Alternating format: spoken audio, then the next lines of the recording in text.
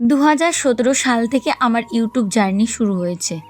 আর 5টা ব্লগারের মতো কিন্তু আমার লাইফ না। আমি অনেকটা আগে কিন্তু ইউটিউবে এসে আমি আমার জায়গাটা প্রতিষ্ঠিত করার চেষ্টা করেছি।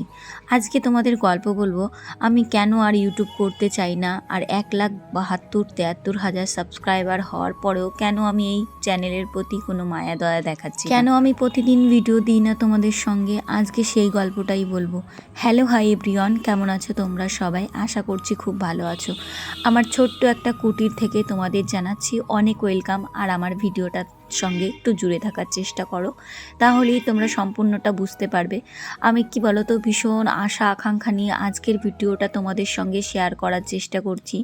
জানি তোমরা এই ফেসবুক ইউটিউবে প্রচুর ব্লগারদের দেখেছো যারা প্রতিনিয়ত ভিডিও দিয়ে তাদের ক্রিয়েটিভিটি দেখিয়ে কিন্তু অনেকটা সাকসেসের পথে গেছে। আমি খুব একটা বেশি কিছু চাই না বন্ধুরা। গতদিন আমাকে একটা দিদিভাই কমেন্ট করেছে, তুমি কি আর ভিডিও দিচ্ছ না? কি বলো তো দিদিভাই, আমার কপালটা এতটাই খারাপ যে তোমাদের কাছে নোটিফিকেশনই যায় না। 1,71,000 এখনই আছে, তারপরেও কিন্তু মাত্র ভিউজ দেয় 50-60। আমি আর ইউটিউব করতে চাই না, মনটা ভীষণই খারাপ। কি বলো তো, যখন সাকসেসের দোরগোড়ায় পৌঁছে গিয়ে আবার যদি উপর থেকে নিচে পড়ে যেতে হয় না, কোনটা অন্যায় না করেও, তারপরে কিন্তু মনটা ভীষণই খারাপ লাগে। তখন সেই জায়গা থেকে মনে হয় চলে আসি।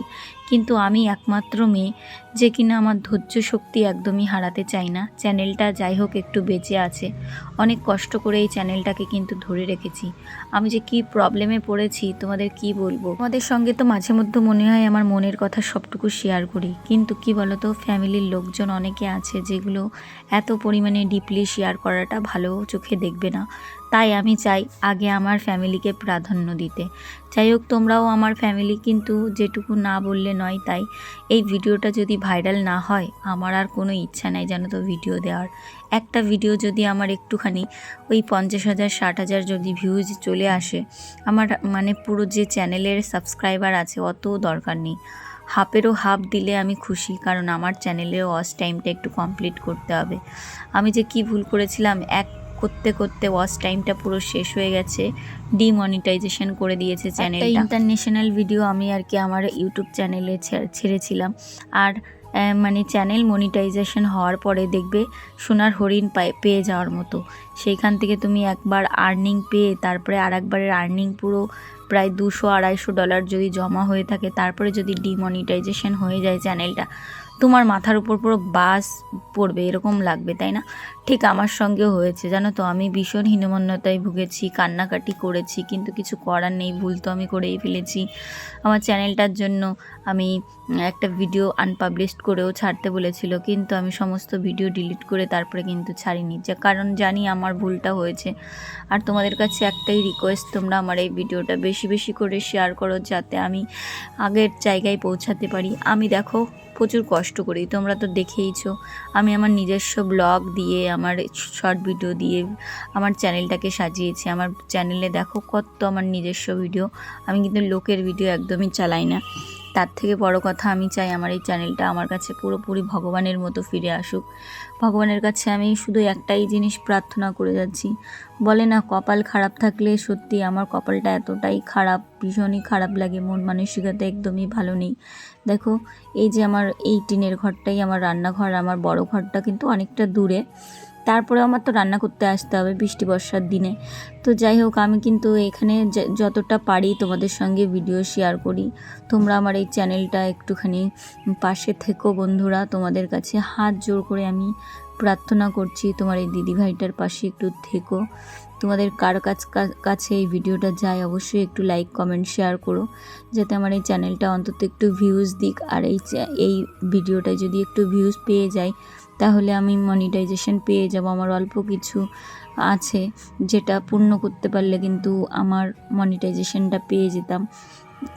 মানে বলতে পারো আমি একটু আর্থিক দিক দিয়েও একটু দুর্বল হয়ে পড়েছি ভীষণ পরিমাণে। এখন নিজেদের ঘরের কথা তো কাউকে বলতে নেই, তারপরেও দেখো আমি কিন্তু কোনো দিনও কারো মনে কষ্ট দিয়ে কোনো কিছু করার চেষ্টা করি না। আমার যতটুকু আছে আমি ততটুকু নিয়েই সুখী থাকার চেষ্টা করি, কিন্তু আমি নিজের চেষ্টায় কিন্তু যা করার করতে চাই।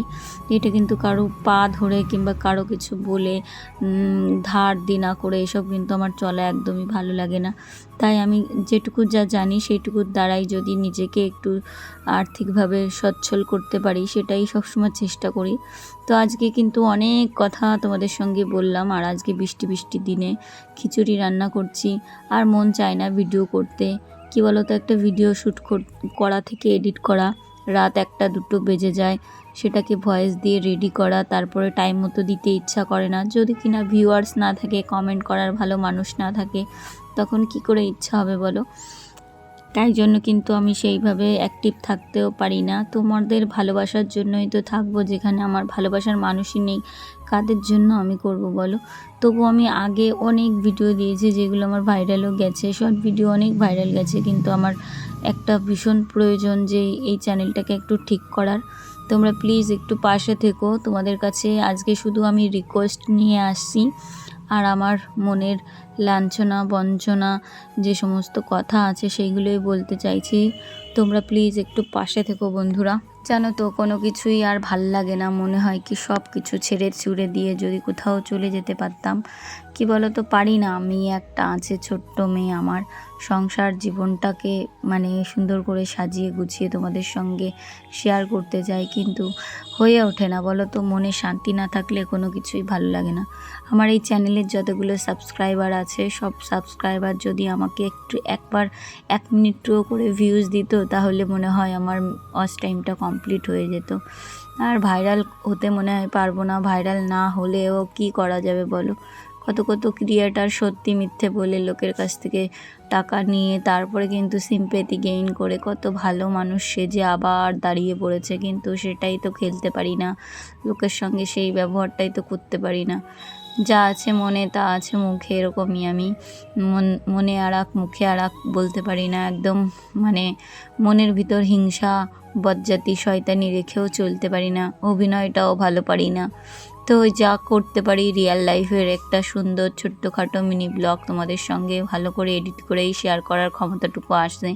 তার থেকে বড় কথা, যদি তোমরা পাশে থাকো তাহলে আরও বেশি সহযোগিতা দেখিয়ে, আরও বেশি মানে আগ্রহ দেখিয়ে জিনিসটা করার চেষ্টা করব।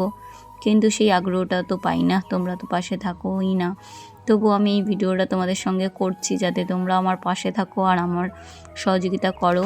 চ্যানেলটা খুলেছিলাম কত আশা স্বরূপ যে আমি এই চ্যানেল থেকে একটু টুকটাক ইনকাম করব, হাত বাটাতে পারবো আমার হাজব্যান্ডের, আমার এই ফ্যামিলিটাকে একটু সুন্দর সচ্ছল করে তুলব। মনে হয় না আর এই জীবনে হবে ইউটিউবের দ্বারা কিংবা কোনো কিছু। আর বিয়ে পাশ করে তো তেমন কোনো চাকরি বাকরির কথা চিন্তাও করিনি। এখন মেয়ের বয়স 8 বছর। তো কবে কি করব কিছুই জানা নেই, কিভাবে চলবে জানি না। আমার হাজব্যান্ড তো দোকানদারি করে, মানে সাইবার ক্যাফে আছে, সেখান থেকেই আমরা যা উপার্জন করি সেটাই আমাদের চলে যায়। ওই মানে খেয়ে পড়ে বেঁচে থাকি আর কি। খুব যে খুব কিছু করতে পারি তাও না। তাই জন্য কি বলো তো, মনের ভিতর একটা অশান্তি কাজ করে। এখনও মেয়ে, বুঝতেই পারছো এখনের যা বাজার, সব কিছু দাম থেকে শুরু করে মেয়ের ভবিষ্যৎ অনেক কিছু চিন্তা ভাবনা হয়, যেটা আস্তে আস্তে করা দরকার। কিন্তু কি বলো তো, বলে না ভগবান যতদিন না চাইবে ততদিন কিছুই হবে না। তো তোমরা যদি আমার ভগবান হয়ে থাকো, আশীর্বাদ করো তোমরা যে আমি এই জায়গা থেকে একটু দাঁড়াতে পারি। আমার এই যেই চ্যানেলটা আছে এটা কিন্তু আমার ভগবানের মতোই। তো এই চ্যানেলটা এখন তো পুরো ভিউজ বন্ধই করে দিয়েছে, মনে হয় এই জীবনে আর ভাইরাল হতে পারবো না। তারপরেও তোমাদের কাছে লাস্ট আর্জি জানাচ্ছি যে তোমরা একটু সহযোগিতা করো, একটু পাশে থাকো। তোমাদের কাছ থেকে টাকা পয়সা কিচ্ছু চাচ্ছি না, একটু সামান্য আমার পাশে একটু দাঁড়াও, একটু আমাকে একটু মনে মনে বল দাও যে দিদি তুমি ভিডিও করো, তোমার পাশে আমরা আছি, এটাই জাস্ট, আর কিছুই না। তো এটুকুনি চা পাওয়া, আর কোনো কিছুই চা পাওয়া না। আমি আশা কারো কাছ থেকেই করি না। মানে কি বলো তো, আমি কাজ দেখিয়ে সুন্দর করে ভিডিও করে তোমাদের ভালোবাসাটা অর্জন করতে চাই। কারো কাছ থেকে হাত পেতে ভিক্ষা, ওগুলো আমার পছন্দও হয় না। তারপরে মেন কথা, আমার অনেক ভালো ভালো ভিউয়ার্স দিদিরা ছিল যারা প্রতিনিয়ত কমেন্ট করতো তারাও আমার পর রাগ করেছে। আমি ভীষণ নিজেকে দুঃখ বোধ করি যে আমি কি ভুল করেছি। তারা আর ভিডিও দেখতে আসে না, কারণ তারা নোটিফিকেশানই পায় না, আমাকে অনেক খুঁজতে হয়, কারণ চ্যানেলটা আমার ফ্রিজ হয়ে গেছে পুরো। তো চ্যানেলটাকে আবার দাঁড় করাতে গেলে আমার প্রচুর খাটনি করতে হবে। কি বলো তো, খাটনি করতেও গেলে তো তোমাদের সামনেও তো ভিডিওটা যেতে হবে, যে তোমরা আমাকে কমেন্ট করবে, সেই কমেন্টের থ্রুতে আমি দেখব যে না, আমার আরও দুটো তিনটে দিদিভাই আমার জন্য ওয়েট করছে। আমার চ্যানেলে একদমই ভিউজ নেই, তোমরা দেখো একটু, তোমরা প্লিজ একটু পাশে থাকো। তো দেখো, বৃষ্টি বর্ষার দিনে খিচুড়ি রান্না করেছি, জানি না কি রান্না করেছি, তারপরেও আজকে একটু গাঢ় গাঢ় করে করেছি। আগের দিন খুব পাতলা করেছিলাম। আর চৈতালি আমাকে একটু বেগুনি দিয়ে গেল, আর সঙ্গে হচ্ছে খিচুড়ি। তো আজকে গোবিন্দভোগের চালের খিচুড়ি করেছিল, তা আমিও খিচুড়ি করেছি। এত খিচুড়ি আর ভালো লাগছে না। পরের দিন সকালে কিন্তু আমি এরকম লুচি আর তরকারি করেছিলাম, যেটা সাদা আলু বলতে পারো, কিন্তু একটু হলুদও দিয়েছিলাম। তো এই করেই কাটছে। আর আজকে না, আগের দিন রাত্রেবেলা কারেন্টই ছিল না, তো সকাল সকাল এটাও করে নিয়েছিলাম। তো খাওয়া দাওয়া করবো, সমানে বৃষ্টি হয়ে যাচ্ছে, দেখো বৃষ্টিটা একটু কমেছে। তো এই ঘরে সমস্তটা টেনে নিয়ে এসেছি, এখন খাওয়া দাওয়া করবো। আর মেয়েকে বলছি আজকে স্কুলে যেতে, তাই কিন্তু মেয়ে বলছে মা আমাকে আজকে টিফিন দিয়ে দাও, লুচি আর তরকারি। তো তরকারিটা তো দিলাম, ও তরকারি একদমই খাবে না। লুচি 3টে দেবো বলেছি, 2টো তুই খাবি, আর তোর বান্ধবী যদি থাকে তাকে একটা দিবি। তো আমার মেয়ে কিন্তু সেই মতে টিফিনটা গুছিয়ে দিলাম, আর ও কিন্তু এইভাবেই নিয়ে যাবে। আর এখন খাওয়া দাওয়া করবো। আর আজকের লুচিটা না খুব নরম হয়েছিল। আর ও স্কুলে চলে গেছে, যাওয়ার পরে কিন্তু দেখো বাড়ি ঘরের অবস্থা কি, পুরো বৃষ্টির কাদা। আর বাড়িতে তো এই মুরগির খাঁচাটা একদম গর্তের ভিতর পড়ে না যায়, সেটাই আমি ভয় পাচ্ছিলাম। আমার আবার 9টা হাঁস আছে।